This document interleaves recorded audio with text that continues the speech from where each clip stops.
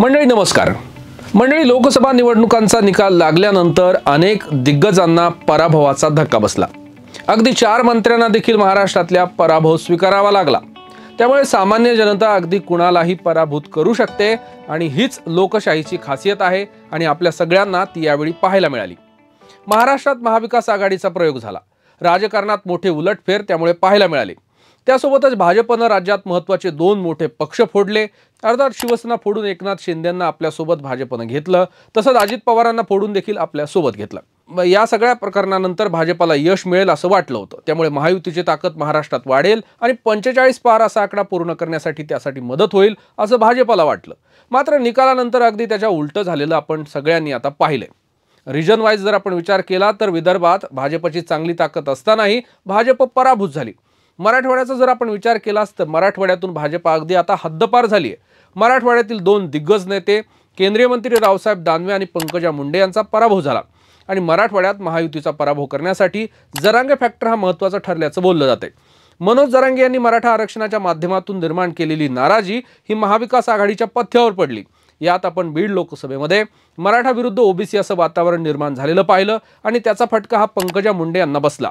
खरं म्हणजे पंकजा यांच्यासाठीच त्यांचे बंधू धनंजय मुंडे यांनी जोरदार प्रयत्न केले। राष्ट्रवादी अजित पवार पक्षात असूनही बहिणीसाठी धनंजय मुंडे यांनी एकहाती पंकजांच्या विजयाची मोहीम हाती घेतली। मात्र एवढं करूनही पंकजा मुंडे पराभूत झाल्या। त्यामुळे धनंजय मुंडे यांच्यासाठी हा मोठा धक्का आहे। आणि खरं म्हणजे शरद पवार यांच्या मनात धनंजय मुंडे यांच्याबद्दल असणारी सल अडीअडचणीच्या काळामध्ये धनंजय मुंडे यांना बाहेर काढण्यात शरद पवारांचा मोठा हात होता। तसंच अगदी कमी वयात विधान परिषदेचं विरोधी पक्षनेते पदही मुंडेंना पवार यांच्यामुळेच मिळालं होतं। त्यामुळे आपण सर्व देऊनही त्यांनी आपल्याला साथ दिली नाही अशी भावना पवारांच्या मनात होती। धनंजय मुंडे यांच्यावर बोलताना यापुढे आपण त्यांच्यावर एक शब्दही बोलणार नाही असं पवार यांनी म्हटलं होतं। हीच गोष्ट लक्षात घेत बीडच्या राजकारणात शरद पवारांनी विशेष लक्ष घातलं। अजित पवार गटातून आपल्याकडे घेत पवारांनी बजरंग सोनवणे यांना इथून उमेदवारी दिली आणि त्यांचा जोरदार प्रचारही केला। डावपेच आखले, लोकसभा तर जिंकलीच, मात्र आगामी विधानसभेतही शरद पवार हे धनंजय मुंडे यांच्या अडचणी वाढवू शकतात असं आता बोललं जाते। त्यामुळे पुढचा नंबर धनंजय मुंडे यांचाच तर नाही ना, अशा चर्चाही आता मोठ्या प्रमाणात होत आहेत। धनंजय मुंडे हे परळी विधानसभा या मतदारसंघातून आमदार आहेत। गेल्या वेळी त्यांनी पंकजा मुंडे यांचा इथून पराभव केला होता। या लोकसभेला अर्थात या मतदारसंघातून पंकजा मुंडे यांना मोठ्या प्रमाणात लीड देण्यात धनंजय मुंडे यांना यश आलं होतं। मात्र या मतदारसंघात असणाऱ्या मुस्लिमांची संख्याही निर्णायक आहे। तसंच मराठा मतदारही मोठ्या प्रमाणात आहेत। त्यामुळे आगामी विधानसभेमध्ये धनंजय मुंडे यांना या मतदारांना आपल्याकडे खेचण्यासाठी मोठ्या प्रमाणात कसरत करावी लागणार आहे। मंडळी, त्यासोबतच शरद पवार यांच्या राष्ट्रवादीकडून मराठा किंवा वंजारी समाजाचा इथं उमेदवार दिला जाऊ शकतो अशा चर्चाही आहेत।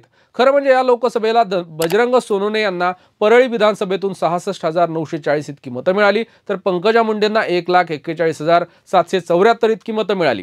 परळी शहरातून बजरंग सोनवणेंना 18,000 इतकी मतं मिळाली, तर पंकजांना 26,859 इतकी मतं मिळाली।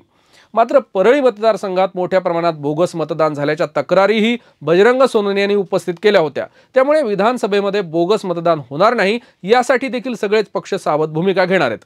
धनंजय मुंडे यांच्या विरोधात विधानसभेला राष्ट्रवादी शरद पवार यांच्या पक्षाकडून मुख्यतः मराठा, मुस्लिम आणि दलित या मतदारांवर विशेष लक्ष देण्यात येण्याची शक्यता आहे। कारण ही सगळी एकगठ्ठा मतही यावेळी बजरंग सोनवणे यांच्या पारड्यात गेली। खरं म्हणजे धनंजय मुंडे यांनी याच मतदारसंघातल्या अनेक मुस्लिम वस्त्यांमध्ये तळ ठोकत हीच मतं पंकजांच्या पारड्यात कशी जातील यासाठी देखील मोठे प्रयत्न केले होते। मात्र त्यांना त्यात यश आलंच नाही। त्यामुळे हीच सगळी दलित, मुस्लिम आणि मराठा समाजाची एकगठ्ठा मतही धनंजय मुंडे यांच्यासाठी विधानसभेला अडचणीची ठरू शकतात असं तज्ज्ञ सांगतायत। तसंच या मतदारसंघात वंजारी समाजासाठी मुंडे कुटुंबांनी विशेष लक्ष घातल्यानं इतर समाजावर दुर्लक्ष झाल्याचंही बोललं जातंय। त्यामुळे इतर समाज काहीसा नाराज असल्याचं पाहायला मिळतंय।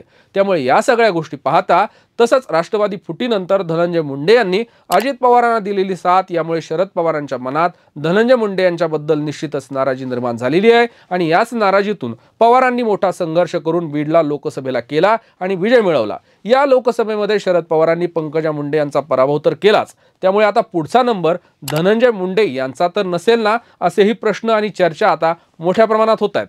तुम्हाला काय वाटतं की आगामी विधानसभा निवडणुकीमध्ये धनंजय मुंडे यांच्या पुढे या सगळ्या गोष्टींचं आव्हान असेल का आणि ते आव्हान ते कशा पद्धतीने पार पाडतील याबद्दल आम्हाला खाली दिलेल्या कमेंट बॉक्समध्ये नक्की कळवा आणि अशाच नवनवीन व्हिडिओसाठी पाहत रहा कडक बात।